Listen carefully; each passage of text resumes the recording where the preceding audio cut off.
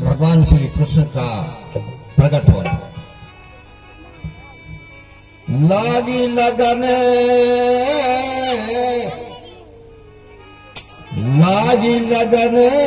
मत तोड़ना, हरि जी मोरी लागी लगन मत तोड़ना।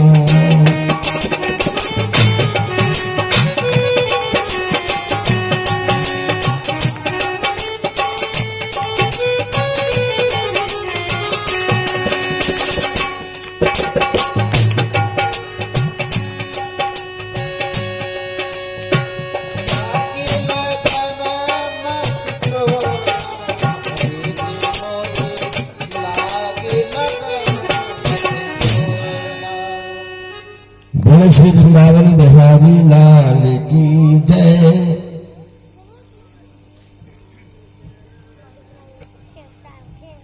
कालव्याल मुखग्रास त्रास निर्णास हेतवे श्रीमद्भागवतम शास्त्रम कलौ की ऋण फास्त। संसार रूपी नाग, कलयुग रूपी नाग ने जिसको डस लिया है, उसके विष को उतारने के लिए श्रीमद् भागवत महापुराण की कथा श्री सूत जी ने बोली है। मैं इधर उधर की बातें बिल्कुल नहीं करता, न मुझसे आती हैं। भागवत की 24 जी कथाएं इतनी हैं कि यदि बरसों बोली जाए ने तो पूरी नहीं होगी। 7 दिन की कथा में इधर उधर की कथा मिलाने की तो कोई गुंजाइश ही नहीं। महाराज परीक्षित ने भगवान श्री सुखदेव जी से कहा, गुरुदेव आपकी वाणी सुनकर के तो मुझे ऐसा लगता है कि मैं सुनता ही रहूं। मेरी मृत्यु का समय पास में आ रहा है। आज 4था दिन हो गया, तब तक 7वां दिन बसनेगा और मैं संसार सागर से विदा हो जाऊंगा। हे प्रभु, अब मुझे तो आप बताएं कि भगवान राम का अवतार किस वंश में हुआ था और भगवान श्री कृष्ण का अवतार किस वंश में हुआ था। जब महाराज परीक्षित ने प्रश्न किया तो भगवान सुखदेव जी ने सुनाया कि राजन सुनो, भगवान श्री राम का जो अवतार हुआ है वो सूर्य वंश में हुआ और भगवान कृष्ण का जो अवतार हुआ है वो चंद्र वंश में हुआ। इस दोनों वंशों में एक विशेषता है, सूर्य वंश और चंद्र वंश। ये दोनों एक पुरुष से उत्पन्न हुए हैं, चंद्र वंश और सूर्य वंश। पुरुष जब स्त्री हो गए, उनसे जो वंश उत्पन्न हुआ वो कहलाया चंद्र वंश, और पुरुष जब पुरुष रहे उनसे जो वंश उत्पन्न हुआ वो कहलाया सूर्य वंश। तो बढ़िया अद्भुत बात है ना। हाँ, महाराज परीक्षित कहते, गुरुदेव ऐसा तो मैंने आज तक नहीं सुना कि पुरुष एक, स्त्री हो गए, उससे निकला चंद्रवंश। पुरुष वही, जब वो उनका वंश चला तब वो सूर्य वंश। कृपा करके आप मुझे बताएं। भगवान श्री सुखदेव जी हंसते हैं और बोलते हैं, राजन हमारे संसार के मध्य में ऐसे ऐसे स्थान हैं जहां पर श्राप और वरदान है। मैं पूरी वरदान और श्रापों की कथा तो आपको सुना नहीं सकता। हाँ, इतना भर बता देता हूं कि हमारे पृथ्वी लोक में 18 ऐसे स्थान हैं जिनको वरदान है और 27 ऐसे स्थान हैं जिनको श्राप है। आज मैं एक श्राप की कथा सुनाने जा रहा हूं।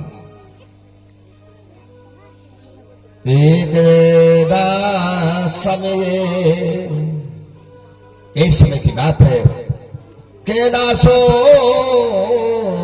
परी। एक बार कैलाश के ऊपर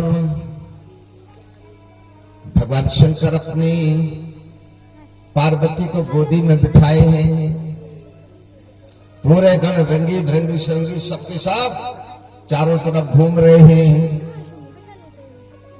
आकाश मंडल से एक गंधर्व निकलता है, उसका नाम चित्रकेतु है।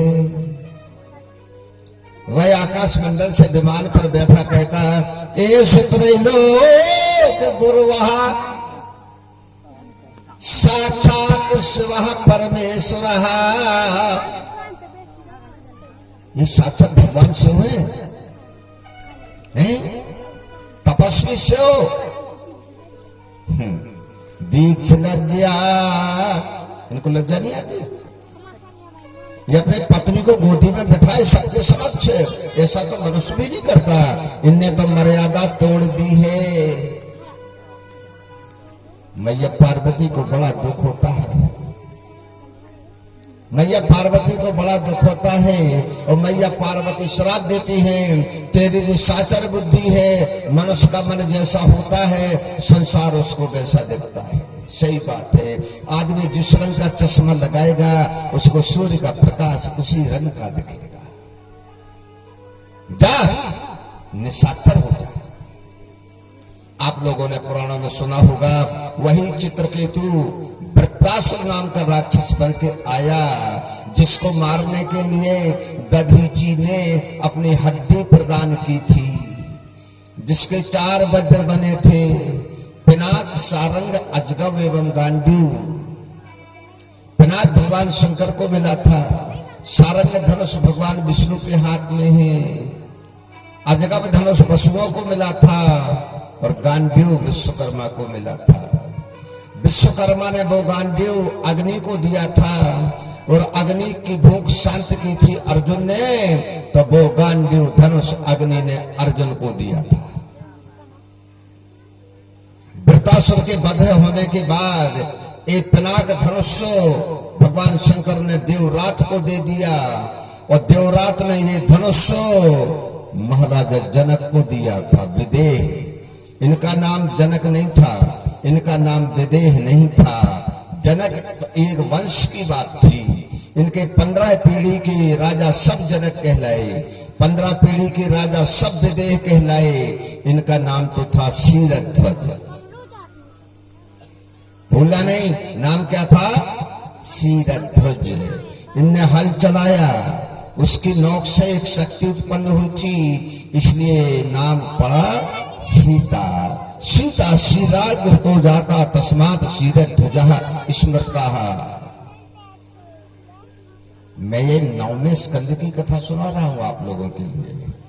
शीत, आप लोग जब हल चलाते थे उसमें वो लगाते थे ना लोहे का, उसकी जो नोक होती थी उसका नाम है सीता और पूरे हल का नाम है शीर। ऐसा वो था पिनाक। और देवरात्र ने जमदग्नि को अपना गुरु माना था और जब पिनाक भगवान राम ने तोड़ा तब तो परशुराम क्रोध होकर के आए थे। कौन होता है धनुष तोड़ने वाला? ये मेरे पिता का धनुष है ना। भैया उन्हें क्या जरूरत थी? किसी राजा ने स्वयंवर किया, उनने अपना धनुष तोड़वा दिया, तुम गुस्से में लड़ने आ गए। क्यों आ गए भाई? उनका था, उनका अधिकार था। इसी वर्ष में महाराजा निमि का जन्म हुआ था। उसके पहले निमि आज भी हमारे पास है। निमि हर व्यक्ति के पास है। हाँ, आप पूछेंगे दादा ये क्या बात सुना रहे हो? मैं सुना रहा हूं, निमि सबके पास है। हमारी पलकों को उठाना गिराना निमि का काम है, हमारा काम नहीं है। हम चाहे कि पलक उठे ना तो उठेगी, हम चाहे पलक गिरे ना तो गिरेगी। हाँ, लेकिन एक बार, केवल एक बार ऐसी कथा आई है कि निमि ने पलकों को छोड़ दिया था, पलक पर गिरे नहीं थे। कब? रामायण पढ़ने वाले मेरे श्रोता बंधु, आप लोग जानते हैं जब जनकपुरी में सीता राम को पति के रूप में देख रही हैं और राम पत्नी के रूप में देख रहे हैं, तो निमि ने सोचा मर्यादा के अनुसार अब हमें पलकों को गिराते उठाते नहीं रहना चाहिए। तो गोस्वामी जी लिखते हैं, भये बिलोचन चारु अचंचल, मनहु सकुच निमि तजे दृगंचल। सकुच खाकर के जैसे महाराजा निमि ने दृग के अंचल छोड़ दिए हो, यह प्रमाण वहां है। और निमि के पुत्र का नाम था मिथि, जिन्होंने शरीर का मंथन किया था, नाम पड़ा था मिथिला। और मिथि के पुत्र का नाम था जनक। जनक को वरदान था कि पीढ़ी दाई पीढ़ी जितने भी राजा होते जाएंगे सब जनक कहलाएंगे। बिल्कुल, मुझे प्रसन्नता है कि आप लोग ध्यान से कथा सुन रहे हैं। मिथि के पुत्र का नाम क्या था? जनक। उनके पुत्र का नाम क्या हुआ? दीर्घरोमा। दीर्घरोमा, और दीर्घरोमा के पुत्र होते हैं कृतरोमा, और कृतरोमा के पुत्र होते हैं हिरस्यरोमा। फिर नवम स्कंद में लिखा है, हिरस्यरोमा उभयो सुकः क्षीरध्वजः कुशध्वजः। उन हिरस्यरोमा के दो पुत्र क्षीरध्वज और कुशध्वज, जो वही क्षीरध्वज थे जो आज वर्तमान में जनक के नाम से प्रसिद्ध है। ये वो वंश है। कौन वंश? सीताराम। सुखदेव जी कहते हैं, महाराज पारिषद सुनिए, अब आइए मैं राम का वंश और कृष्ण का वंश सुनाता हूं। अभी आपने सुना कि पार्वती के श्राप से चित्रकेतु नाम का गंधर्व राक्षस हो गया था ना। तो भगवान शंकर ने कहा, उमा, स्त्री को स्त्री से लज्जा नहीं आती, पुरुष को पुरुष से लज्जा नहीं आती। जाओ, मैं तुम्हें वरदान देता हूं, इस एक योजन के बीच में जो आ जाएगा वह पुरुष स्त्री हो जाएगा। ऐसा किया। अयोध्या भूपा सुद्ध कुमार एकस्मिन् दिवसे अयोध्या के राजकुमार महाराज सुद्धन शिकार खेलते खेलते उस सीमा में प्रवेश कर गए। और जब उस सीमा में प्रवेश करते हैं सज्जनों, तो क्या देखा? स्त्री हो गए। स्त्री तो मनु प्राप्तम, स्त्री हो गए। बड़ी समस्या। अंदर तो सोचते हम राजा है, ऊपर देखा तो अंग फंग पूरे स्त्री का, बढ़िया साड़ी पहने हुए हैं, हाँ, पूरे शरीर में गहने। ये भगवान, ये क्या हो गया? इतने में चंद्रमा के पुत्र बुध आ गए और बुध ने उनके संग में विवाह कर लिया। लो भैया, विवाह हो गया। और विवाह होने के बाद में 6 पुत्र उत्पन्न हुए, यति, संयाति, व्याति, ययाति, जिसमें ययाति का नाम ज्यादा प्रसिद्ध है। ययाति जो थे उनके पुत्र थे 5, यदु, तुरु, पुर्वस, ऐसे आगे चल के 5। यदु के वंश में जो आगे वंश चला, उस वंश का नाम रहा यादव वंश। बहुत समझने की बात है। ये विशुद्ध क्षत्रिय है। जो वंश चला वो कहलाया यादव वंश, मतलब यदु वंश। और इसी यदु वंश में कृष्ण का जन्म हुआ, कृष्ण का, तो इसलिए वो यादव वंशी कहलाए। आइए कथा का मोड़। कथा किधर मुड़ती है? गुरुदेव वशिष्ठ ने सोचा, महाराज चले गए, पता नहीं कहां चले गए। गुरु वशिष्ठ खोजते हुए आए। जब उधर पहुंचे, पता चला एक पुरुष को स्त्री होते हुए हमने देखा है। गुरुदेव खोजते हुए गए। हाँ, गुरुओं में इतनी ताकत होती है, वे खोज लेते हैं सज्जनों। खोजते हुए गए तो जो बढ़िया रानी के रूप में बैठे हैं सिंहासन पे, अपने बच्चों को खिला रहे हैं। वशिष्ठ ने कान में से कहा, महाराज ये क्या हो गया? आप महारानी नहीं हैं, आप तो महाराज हैं, ये हो क्या गया है? तो उन्हें ध्यान आया बोले गुरुदेव आप? हाँ। मैं क्या करूं गुरुदेव, मैं अब क्या करूं? गुरुदेव ने उनको आशीर्वाद दिया, चलो 1 माह स्त्री रहोगे, 1 मास पुरुष रहोगे। उन्होंने कहा बड़ी लज्जा है, जब पुरुष हो तो सिंहासन पर बैठ जाएं, और जब स्त्री बन जाएं तो जनता बोल दे कि महाराज विदेश भ्रमण करने को गए हैं और 1 माह अंदर छिपे रहे। अरे कहां तक चलेगा भाई? नारद जी ने बताया, नारद जी ने कहा, नारद जी के कहने पर गुरुदेव वशिष्ठ ने सज्जनों सूर्य यज्ञ किया, तो सूर्य यज्ञ होने पर भगवान सूर्य की कृपा से इनका स्त्री बनना बंद हो गया, और फिर महाराजा सुद्युम्न कुमार से जो वंश चला है वही वंश कहलाया सूर्य वंश। बस अंतर इतना है, सूर्य वंश और चंद्र वंश। सुखदेव जी ने कहा महाराज राजन, वो वंश इसलिए चलते चलते आज भी चला आ रहा है, सूर्य वंश आज भी चला आ रहा है, भगवान श्री राम का वंश आज भी चला आ रहा है। और मैं आपको बता दूं, भगवान राम के वंशजों में 7 ऋषि हुए, 7, वो आज पूरे के पूरे भागवत की कथा सुनने बैठे हैं। हाँ, सूर्यवंश के मैं 7 ऋषियों का नाम बोलता हूं, आप लोग भूल जाएं, वो इच्छा करें तो कथा के बाद कभी भी मुझसे पूछ लेगा। सूर्यवंशी राजर्षि दुर्बल, राजर्षि एक दुर्बल राक्षस अलग हुआ, उसकी बात नहीं पढ़ना। राजर्षि दुर्बल, राजर्षि चित्रभानु, राजर्षि बृहदभानु, राजर्षि महामनु, राजर्षि कुकुस्थ और राजर्षि सोमपर्वा। ऐसे 7 ऋषि उन 88,000 ऋषियों में वे भी आके कथा सुन रहे थे भागवत की। 7 खड़े हो गए, 7 ने प्रणाम किया। भगवान सुखदेव की वाणी अमृत के समान है। वो 7 ऋषि हम हैं, हम रघुवंशी। ब्राची बैठ गए, कथा प्रारंभ हो गई। अब भगवान सुखदेव जी कहते राजन अब ध्यान से सुनो, अब मैं तुम्हें उस वंश पर लाता हूं। मैं आज तुम्हें उस वंश की कथा सुनाऊंगा जिस वंश में भगवान श्री कृष्ण का अवतार हुआ है, भगवान श्री कृष्ण का अवतार हुआ है।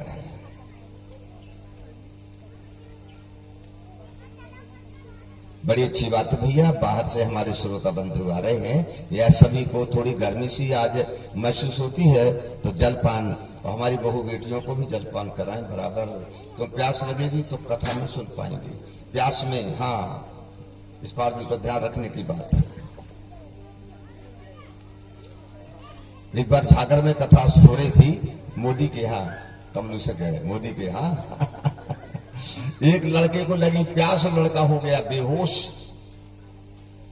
किसी ने पानी पिलाया नहीं था, कहीं भूत लग गए, भूत लग गए, भूत लग गए, दुनिया बुलावा। अरे हमने कहा मूर्खो, पगला से पहले पानी तो पिलाओ उसे, पानी पिलाया तो ठीक हो गया।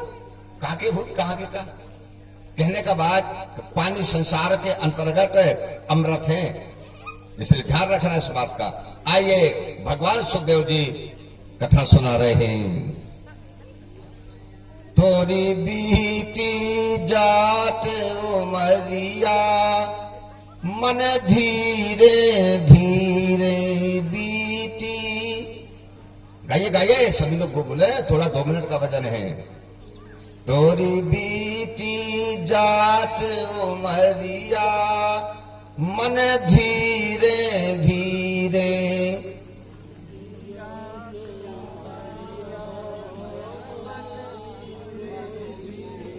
बीत रही कि नहीं? हाँ, आज 20 साल के बाद हम आए हैं, बीत गए 20 साल चले गए।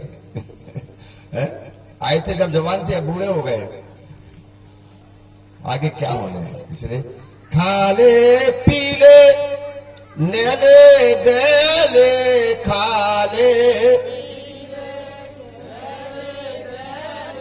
राम भजन कछु मन से कर ले, राम क्यों उठने वाली है बजरिया रे मन धीरे धीरे,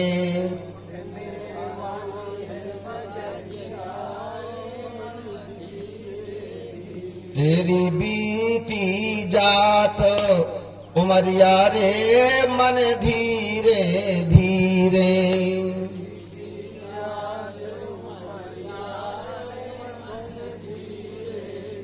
बोलो भगवान कृष्णचंद्र की जय। आइए बिल्कुल ध्यान से कथा सुनना है। भगवान श्री सुखदेव जी ने कहा, राजन, मथुरा राजधानी थी दो राज्यों की।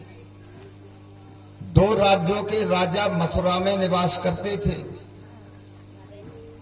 कौन? एक थे महाराजा सूरसेन और एक थे महाराजा उग्रसेन। अलग अलग थे, जे अलग अलग थे, वंशज नहीं थे, घर के नहीं थे। महाराजा सूरसेन का जो राज था वो कहां का था? महाराजा सूरसेन का राज अंग, बंग, कलिंग, मगध और काशी, यहां के राजा थे सूरसेन। और उग्रसेन वहां से सीधे नर्मदा तट के राजा थे सूरसेन। सूरसेन और उग्रसेन, तो सूरसेन के यहां पे भगवान कृष्ण का अवतार हुआ और उग्रसेन के यहां कंस का जन्म हुआ। राजा दो, रह कहां रहे? एक नगरी में। जैसे आप लोगों ने सुना हरियाणा और पंजाब की दोनों की एक राजधानी चंडीगढ़, दो दो मुख्यमंत्री एक राज्य में बैठे। इसी प्रकार मथुरा, और मथुरा थी कौन? भगवान श्री राम ने जो अपने राज्य का बंटवारा किया तो शत्रुघ्न को यमुना किनारे का राज्य दिया। यहां पर एक दानव रहता था मधु, मधु के पुत्र का नाम था लवणासुर। शत्रुघ्न ने इस मधु का वध किया था और नगरी बसाई थी। शुरू में नाम पड़ा मधुपुरी और बाद में मधुपुरी से बदलते बदलते नाम हो गया मथुरा। ये वो राजधानी है। भगवान सुखदेव जी कहते, राजन, सूरसेन के वंश को पहले सुन लीजिए, बाद में उग्रसेन का वंश सुनाएंगे। सूरसेन के 10 पुत्र होते हैं। सूरसेन के 10 पुत्र होते हैं और 5 कन्या। देवभाग, देवश्रव, देव समान, देव देव पे पूरे नाम थे, और वसुदेव। ये किसके पुत्र थे? सूरसेन के। और 5 कन्या, प्रथा, सुरत देवा, सुरत कीर्ति, सुरत प्रभा और राजाधिदेव। ये 5 कन्याएं थी। उसी समय पे एक विचित्र कार्य होता है। अंग देश के महाराज थे कुंती भोज। अंग देश के महाराजा कुंती भोज। कुंती भोज को कोई संतान नहीं थी। महाराजा कुंती भोज वसुदेव के मित्र थे। किसके? वसुदेव के। सूरसेन के नहीं थे वो मित्र, वसुदेव के। वसुदेव ने उन्हें बुलाया तो कुंती भोज ने कहा, मेरे को कोई संतान नहीं है, इसलिए मैं दूर बैठ रहा हूं। सही बात है, सही बात है। वसुदेव ने कहा, मेरे मित्र हो, मेरे मित्र हो, मैं तुम्हारे लिए अपनी बहन देता हूं, अपनी बहन देता हूं। तो वसुदेव जी ने अपने पिता सूरसेन से परामर्श करके सज्जनों अपनी बहन प्रथा कुंती भोज को दे दी। प्रथा, कुंती भोज ने प्रथा को गोद में लिया और अपने राज्य लौटाया। अब प्रथा का नाम बदल दिया, नाम रख दिया कुंती। तो कुंती भोज ने नाम बदल दिया, क्या रखा? कुंती। इसलिए सज्जनों कुंती के 2 नाम थे, कुंती एवं प्रथा। ठीक है। तो अर्जुन को कभी कभी पार्थ कहा गया है और कभी कभी कौन्तेय कहा। गीता में भगवान कृष्ण ने बार बार कभी पार्थ कहा और कभी कौन्तेय कहा। मां का नाम लिया, अपनी बुआ का नाम लिया। हमारे शास्त्र कहते हैं पढ़ने वाले विद्यार्थी की यदि परीक्षा ना हो और पढ़ने वाला विद्यार्थी परीक्षा ना दे तो वह पास नहीं होता। परीक्षा तो देखो देनी पड़ेगी। आज भगवान ने कहा दुर्वासा, हाँ प्रभु, जो कुंती है ना, हाँ, इनके यहां पर नर का अवतार होना है और मुझे नारायण का अवतार लेकर के जाना है। नर एवं नारायण, ये नर की बात आ गई सज्जनों तो मेरा दिमाग थोड़ा फिर घूम गया है। आप लोग ये नहीं कहना है कि दद्दा सदगुआ भागवत सुनाने आए बार बार प्रसंग छोड़ देते हो। मैं प्रसंग नहीं छोड़ता, बिल्कुल। नर की बात आ गई, जरा सुनाई दूं, बाद में ना सुना पाऊं। ये मेरी रिसर्च है, आपको लिखे नहीं मिलेंगे। सतयुग के 5 नर, त्रेता के 5 नर और द्वापर के 5 नर। हम तो कहे कि हम नर हैं, बिल्कुल नहीं है। कौन कहता है? मैं गद्दी पे बैठा हूं, मैं कहता हूं मैं नर हूं, गलत बात है। कोई कहेगा मैं नर हूं, गलत बात है। यदि आप और हम नर हैं तो फिर स्तन क्यों है बताएं? उत्तर दे इस बात का। भाई नर है तो स्तन क्यों है? नर है घोड़ा, ध्यान में रखना। नर है नाग और नर है सिंह, 3 नर है। अब मैं मनुष्यों के नर गिना रहा हूं। सज्जों के नर महाराजा हरिश्चंद्र नर थे, महाराजा सगर नर थे, महाराजा परीक्षित नर थे। अब 2 महाराजा और हुए हैं, चाक्षुष, यमकंध। इनका इतिहास में वर्णन कम है। त्रेता के 5 नर, रघु, दशरथ, ये नर थे, दशरथ को स्तन नहीं थे। रघु, दशरथ, दशरथ के बाद अंग देश का महाराजा सोमपर्वा, काशी का महाराजा भगवान शंकर की कृपा से बृहदबल और दक्षिण देश का राजा चाक्षुष, जे थे नर। द्वापर में अर्जुन नर, कर्ण नर, भीष्म पितामह नर, दुर्योधन नर और कृपाचार्य जी नर। बस पृथ्वी के ऊपर इतने नर हुए हैं। आप कहेंगे तो क्या राम नर नहीं थे? अरे भैया वो तो भगवान थे, नरों में कहां घसीटे हम कहें क्या कृष्ण नर नहीं थे? वो तो भगवान थे। हमने नर की, मैं तो नर की बात कर रहा हूं, भगवान की बात नहीं कर रहा। भगवान तो भगवान ही थे, वो तो नर भी थे, नारी भी थे, गुरु भी थे, सखा थे, भी सब थे। तुम्हें माता जो पिता, तुम्हें बंधु से सखा, तुम्हें वो तो सब कुछ है। आज कुंती की परीक्षा होने जा रही है। क्या उसी नगर में दुर्वासा जी पधारे भगवान की आज्ञा अनुसार। कुंती भोज ने देखा, दुर्वासा जी का बड़ा स्वागत किया। चातुर्मास का समय लगने वाला था। दुर्वासा जी से कहा प्रभु मेरे यहीं पर आप 4 माह विश्राम करें। दुर्वासा जी बोले मैं 4 माह विश्राम तो करूंगा, लेकिन मेरी सेवा कौन करेगा?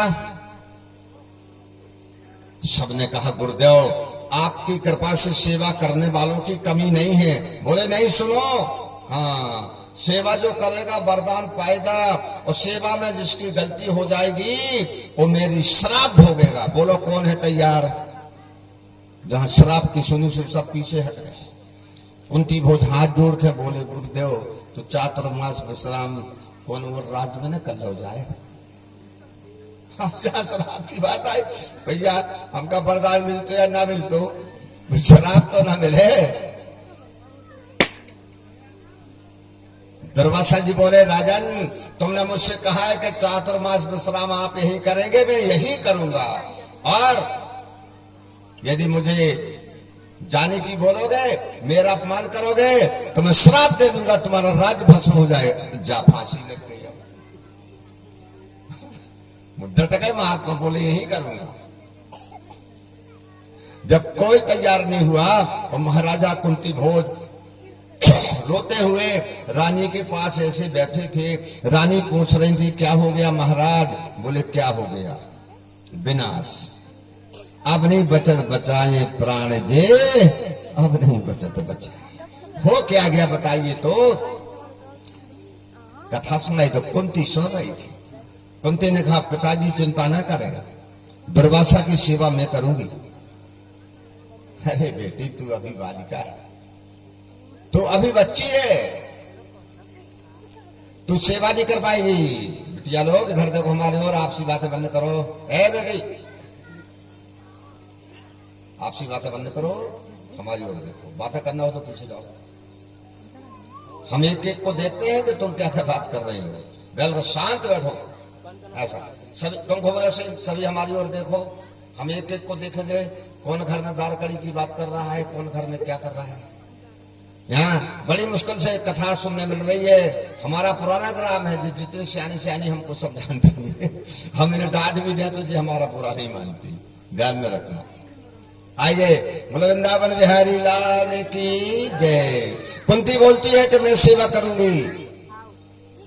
बेटी अभी तुम कुंवारी हो, मेरे बाबा को नहीं जानती। देखो अचानक उनके मुख से निकल आया, पिताजी महाराज अभी आप मुझे नहीं जानते हैं। कुंती भोज आश्चर्यचकित है, तुम्हें नहीं जानते? क्यों, तुम कैसी हो? बोले अभी नहीं बताएंगे। मेरा अवतार इसीलिए हुआ है पिताजी महाराज। नारद जी ने मुझसे कहा है कि तुम्हारा नाम जब तक पृथ्वी रहेगी तब तक चलेगा। मैं जाती हूं। 9 वर्ष की कुंती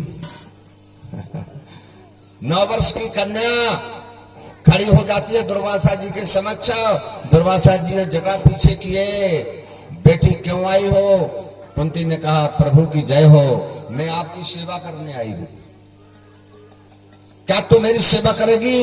हाँ मैं सेवा करूंगी। जो मैं कहूंगा वो मानोगी? हाँ आप जो आज्ञा देंगे।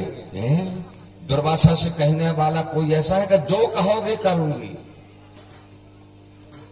अच्छा तो मुझे चावल खाना है, मुझे चावल खाना। कुंती बोली बाहरे बाबा जी आपको चावल खाना है, इतनी बड़ी बात आप ठहरा रहे हैं, बोल रहे हैं। अरे बोले सुनता पगली, मुझे चावल खाना है लेकिन वह धान पृथ्वी के ऊपर बोई हुई नहीं होनी चाहिए। लाओ। अब कुंती खुद चक्कर में पड़ गई। अरे धान की बोलती, चावल की बोली होती तो हम पिताजी से अच्छे अच्छे बासमती ले आते कहीं ना कहीं से। अब पृथ्वी में नहीं होना चाहिए। रो रही थी, इतने में कौन आ गए? नारद जी। श्रीमन नारायण नारायण नारायण श्रीमन, हाँ ताली बजाओ। श्रीमन नारायण नारायण नारायण, जय हो। नारायण का नाम लिए से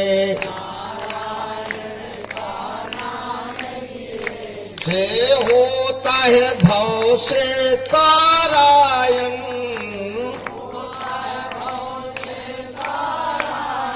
शिव नारायण नारायण नारायण,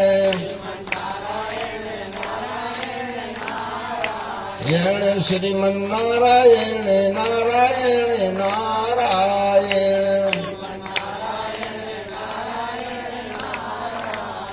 नारद जी ने कहा बेटी धैर्यम धार्यते धीमान। जो समझदार होते हैं वो संकट में धैर्य धारण करते हैं। बोले तू ऐसा कर, इस तालाब में डुबकी लगा। क्या? इस तालाब में डुबकी लगा और नीचे चली जाना। जो पौधा तुम्हारी पकड़ में आए ले आना। वही धान है, उसी में चावल निकलेंगे। महात्मा जी को खिला देना है।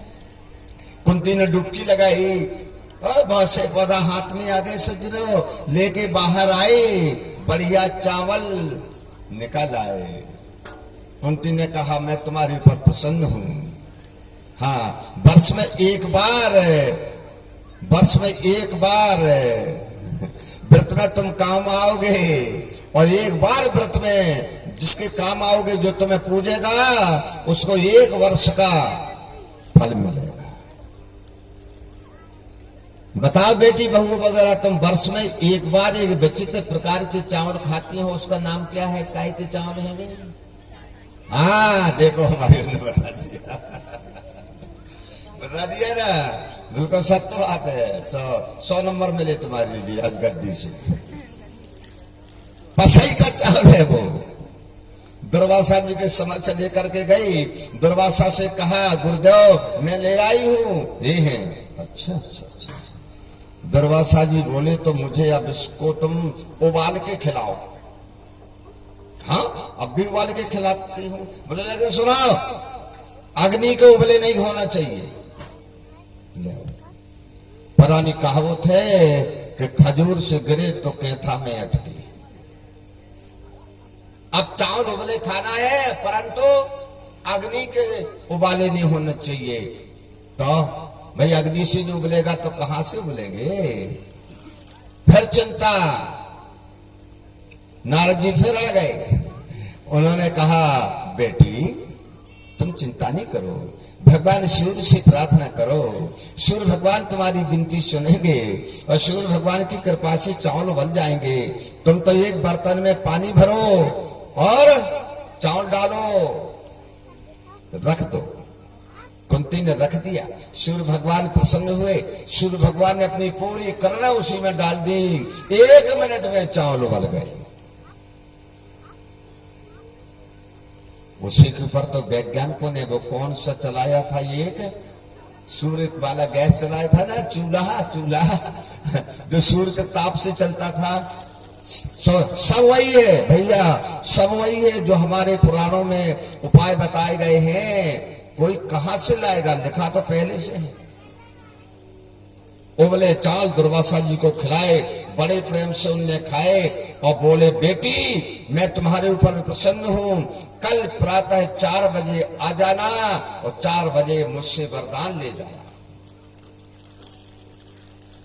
भगवान सुखदेव ने कहा राजन, रिश्तेदारी में वहीं पर गांधारी भी गई थी। गांधारी भी गांधार देश से वहीं पर गई थी रिश्तेदारी में। गांधारी और कुंती एक जैसी थी, बिल्कुल एक जैसी जोड़ी थी। देखो हमारे रामचरितमानस में 3 जोड़ियों का वर्णन आया है कि जिनको देखने से कोई पहचान नहीं पाता। आज भी कहीं कहीं है, यदि जुड़वा कोई पैदा होता है तो माता ही पिता पहचान पाते हैं, गांव का तो बड़ी मुश्किल से पहचान पाता है। राम लक्ष्मण की जोड़ी, भरत और शत्रुघ्न की जोड़ी, इन्हें कोई पहचान नहीं पाता था। राम और भरत को कोई पहचान नहीं पाता था, कौन राम है कौन भरत है। इसी प्रकार से कुंती और गांधारी को कोई पहचान नहीं पाता था। गांधारी ने सोचा चलो अच्छी बात है, तपस्या की है कुंती ने, मैं अच्छी किस्मत से आई हूं, वरदान में ले लो। बड़े सुबह पहुंच गई। दुर्वासा जी नेत्र बंद करके बैठे थे। बोले बेटी आ गई? हाँ प्रभु मैं आ गई। दुर्वासा जी कहते जाओ, मैं वरदान देता हूं कि एक साथ में तुम्हें 100 पुत्रों की प्राप्ति होगी। तुम्हारा बड़ा पुत्र तो इतना बलवान होगा कि पूरे भारतवर्ष में उसकी क्षमता करने वाला कोई नहीं होगा। मैं तुम्हारे बड़े पुत्र को वज्र का शरीर देता हूं, जाओ। यदि खुद गलती नहीं करेगा तो नहीं मारा जाएगा। जिसका नाम संसार में जाहिर होगा, जाओ मैंने आशीर्वाद दिया। बंद हो। गांधारी वरदान लेकर के आई, इतने में कुंती पहुंच गई। कुंती ने कहा प्रभु मैं उपस्थित हो गई हूं। वरदान अभी अभी ले गई, फिर से आ गई। मैं नहीं आई गुरुदेव। क्यों? तुम ही तो थी। कुंती बोली मैं शिकायत तो नहीं करती किसी की, परंतु गांधारी जो है ना वो मेरे ही समान है। ऐसा ना हो कि गांधारी आ गई हो। अच्छा ऐसा है बेटी, मैंने उसके लिए 100 पुत्रों का वरदान दे दिया है। जाओ मैं तुम्हें 5 पुत्रों का वरदान देता हूं।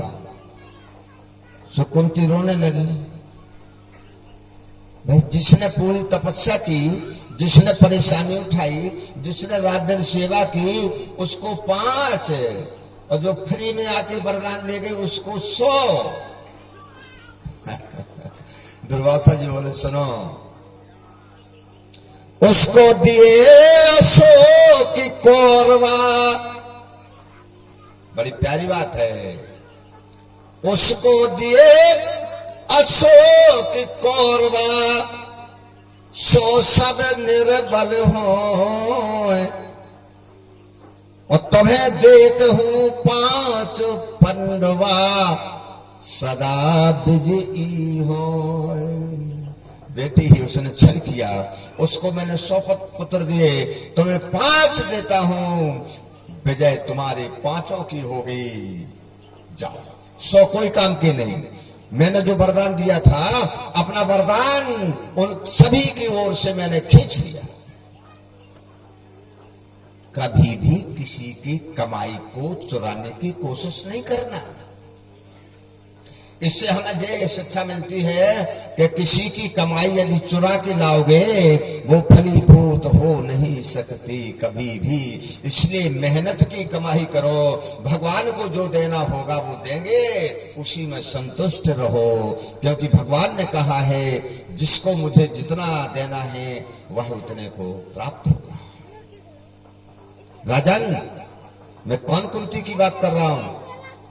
सुखदेव जी कह रहे राजन बोलो मैं कौन कुंती की बात कर रहा हूं? उन्होंने कहा गुरुदेव,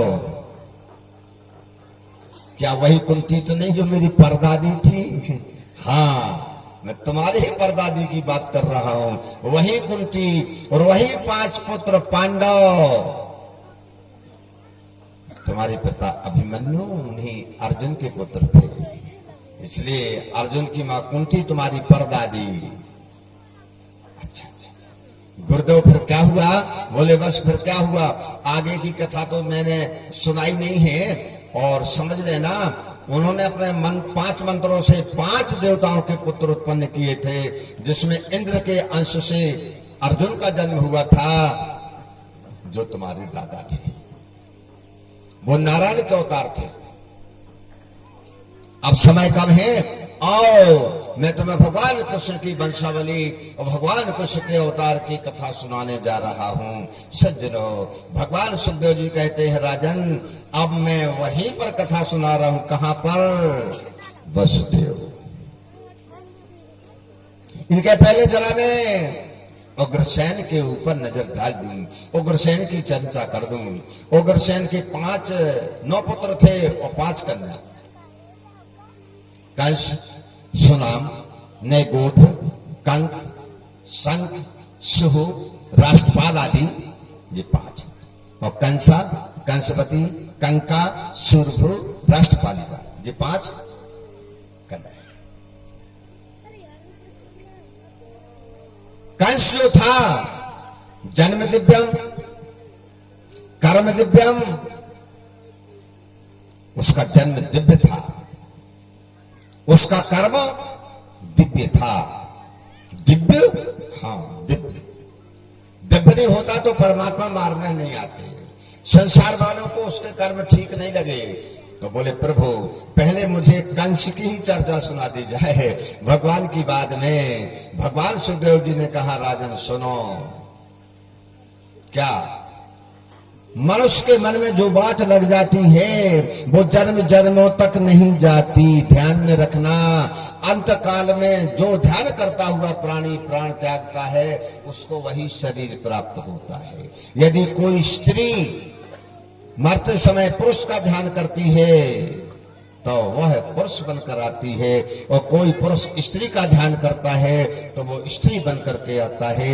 ये भावना बिल्कुल गलत है कि स्त्री स्त्री ही होगी और पुरुष पुरुष ही होगा। आप एक झलक बता दूं, अंबा अंबा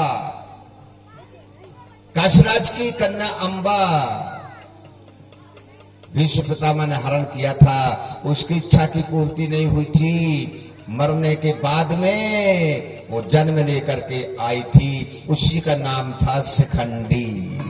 उस शिखंडी की ओट से ही अर्जुन ने पितामह भीष्म पर बाण चलाया था। आप कहेंगे शिखंडी, दूसरे प्रकार के लोगों को कहते शिखंडी। शिखंडी अर्थात नपुंसक नहीं, वो शिखंडी नपुंसक नहीं थे, भूलना नहीं, बिल्कुल भ्रमित नहीं होना। शिखंडी का विवाह आज वर्तमान का जहां विदिशा है, विदिशा के राजा की पुत्री के साथ हुआ था। शिखंडी का वंश चला, महाभारत में पूरा उल्लेख है। ऐसा तो ध्यान के कारण एक त्रेता में राक्षस था, उसका नाम था कालनेमी। उसके मन में विचार था कि मुझसे हनुमान से मरवा दिया मुझको, अरे मेरे अंश को भगवान ने मारा होता तो मैं तर जाता, लेकिन अंश को भगवान के मारने का वरदान तो हो चुका था उस जीव को, लेकिन उसने मांगा कि मेरे कारण वो जीव उत्पन्न हो। कारण तो बना। अब यहां पर दो वरदान हो गए। एक वरदान आपने कल परसों की भागवत में सुना होगा कि मेघनाद ही कंस था, लेकिन कारण तो बन रहा है कालनेमी। वह दूसरे जन्म में दुर्मिल नाम का राक्षस होता है। उग्रसेन की पत्नी शैव्या बगीचा घूमने के लिए आती है। दुर्मिल ने उग्रसेन का रूप बनाया और बगीचा में ही शैव्या के साथ संभोग किया, जिससे जन्म होता है पुत्र का। उसका नाम हुआ कंस। जी हाँ, कंस का जब जन्म हुआ, ज्योतिषियों ने गणित निकाला और गणित निकाल करके ज्योतिषी बोले महाराज बोलने में डर लगता है। नहीं, महाराज उग्रसेन ने कहा निर्भय होकर के बोलिए, बोलने में डरने की बात नहीं है, निर्भय होकर के बोलिए। बोले महाराज प्राणदान मिलेंगे? हाँ प्राणदान मिलेंगे। प्राणदान नहीं तुम्हें भूमि दान मिलेगा। बोलो क्या बोलना चाहते हो? ज्योतिषियों ने कहा महाराज की जय हो, हमारा ज्योतिष कहता है कि ये पुत्र आपका नहीं है। घबरा गए महाराज उग्रसेन। आज बताओ किसी के पिता से बोल दिया जाए कि ये पुत्र तुम्हारा नहीं है तो क्या हाल होगा? बर्बाद हो जाएगी जिंदगी के? नहीं हो जाएगी। हमारे श्रोता बंधुओं से फिर कहना है कि घुटनों पर दोनों बंधे हाथ के जो बैठे हैं छोड़ दें। हाँ अपने को बंधी कथा नहीं सुनना। रावण ने भी सीता से कहा था कि बांधी भीख न ले सयानी, बाहर निकलो। क्या है जो हम ऐसे बैठते हैं नहीं, बैठक से पता चल जाता है कि फिर उसमें धीरे धीरे नींद आने लगती है तो आदमियों सहारा लेता है। क्यों? ये निद्रा कलयुग की पत्नी है और उसके पुत्री का नाम है जमवाई और लड़के का नाम है आलस्य। तो कथा सुनने में पहले आलस्य आएगा कि देखता हूं तुम कैसे सुनते हो। हाँ, और संग में बहन आएगी। फिर आदमी ने ऐसा किया जान लो कलयुग की बेटी आ गई, और फिर कलयुग की पत्नी आने पड़ी हो और पूछी क्यों सो रहे हो? अरे नहीं गुरुदेव हम तो ध्यान लगाकर सो रहे हैं। ऐसा नहीं, सावधान, बिल्कुल चित्त शेर के आसन से बैठो। हाँ, आज हम 70 साल में भी शेर के समान बैठ के कथा सुना रहे हैं। क्या कहा? ये तुम्हारा पुत्र नहीं है। महाराज उग्रसेन को बड़ा क्रोध आ गया कि पहला हमारा पुत्र नहीं है। ज्योतिषी ने कह दिया महाराज की जय हो, ये आपका पुत्र नहीं। रानी सूत का ग्रह में थी। अभी अभी का जन्मा बालक कंस बाजू में लेटा था, और गुरसैन ने तलवार उठाई और बोले ना रहेगा बांस तो ना बजेगी बांसुरी। देखता हूं जब मेरा पुत्र नहीं है तो उसे मारने में कोई संदेह नहीं। तत्काल तलवार उठाई और रानी के पास पहुंचते घबरा गई रानी कि महाराज सूत का ग्रह में आ गए, बैठ जाती है। और गुरसैन कहते महारानी सत्य बोलोगी? स्वामीनाथ सत्य बोलूंगी, मैं पतिव्रता स्त्री हूं। क्या बताओगी? ज्योतिषियों ने कहा है कि यह मेरा पुत्र नहीं है। रानी बोली महाराज की जय हो, इसका संदेह तो मुझे भी है कि आपका पुत्र नहीं है। अब ढीले पड़ गए। अब रानी ने बोल दिया कि हाँ बात सही है। क्या? महाराज की जय हो। उपवने मध्य मध्यांतरे कार्तिक मासे कृष्ण पक्षे सप्ताभ्याम तव मागता। महाराज की जय हो। कार्तिक कृष्ण की सप्तमी के दिन में 12 बजे बगीचे में क्या आप हमारे पास आए थे? बोले नहीं, उस समय तो मैं दूसरे राज्यों के दौड़ा पर था। यही मेरी भूल है महाराज। किसी ने आपका रूप बनाकर मेरे साथ समागम किया है और उसी का पुत्र है कंस। ठीक। महाराज बोले देवी तुमने सत्य बोल करके अपनी रक्षा कर ली, लेकिन यह बालक अब नहीं बचेगा। देखिए क्या प्यारा चरित्र है, देखिए क्या प्यारा प्रभाव है। काले नाग को जुड़ करके हम और आप मार भले डाले, लेकिन काले नाग को देखते ही प्राण धक धक होने लगेंगे, वो कितना ही वीर क्यों ना हो। शेर को देख लेने के बाद आदमी अपने पलंग पर पड़ा पड़ा शेर शेर चिल्लाता है, इनमें प्रताप है। श्रोता बंधु, तलवार लेकर के उग्रसेन ने बालक को मारने के लिए प्रहार करने का सोचा है, और इतने में उस बालक ने तेज नजर निकाल करके महाराज उग्रसेन की ओर देख दिया तो तलवार नीचे गिर गई। हाँ, तलवार हाथ से छूट गई, नीचे गिर गई। महाराजा क्यों कपने लगे। किसी ने देखा तो नहीं कि डर के मारे मेरी तलवार गिर गई। रानी बोली महाराज की जय हो, हमारे अलावा किसी ने नहीं देखा, आप चिंता न करें, अब न मारे। लेकिन दूसरी बार तलवार उठाई।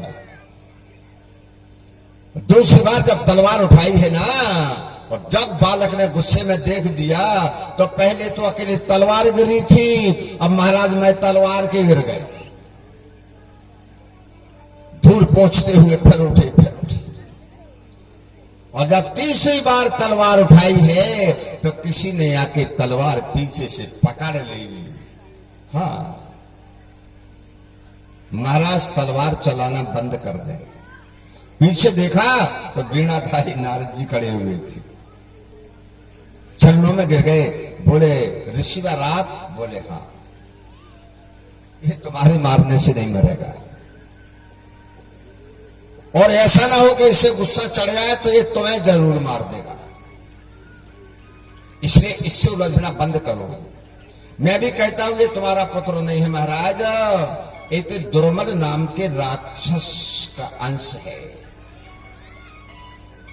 इसको मारने के लिए साक्षात भगवान अवतार लेने वाले हैं। हजारों लाखों वर्ष तपस्या करने के बाद भी भगवान के दर्शन नहीं होते हैं। इसको मारने को भगवान आ रहे हैं, तुम्हें इन आंखों से दर्शन होंगे, वो तुम्हें नाना कह के पुकारेंगे, कितना आनंद आएगा। और कृष्ण बोले जीवन धन्य हो जाएगा। तो बोले तलवार रखो म्यान में, चल दो यहां से। क्या हुआ? उग्रसेन लौट आए, कंस पड़ा हुआ। जब कंस 4 वर्ष का था, ज्यादा कथा तो नहीं सुना पाऊंगा, जब कंस 4 वर्ष का था तब जंगल में गया, 2 शेरों को पकड़ा और दोनों के कान पकड़ करके महाराज की सभा में घबरा गए सभासद। 4 वर्ष का बालक शेरों को पकड़ना है।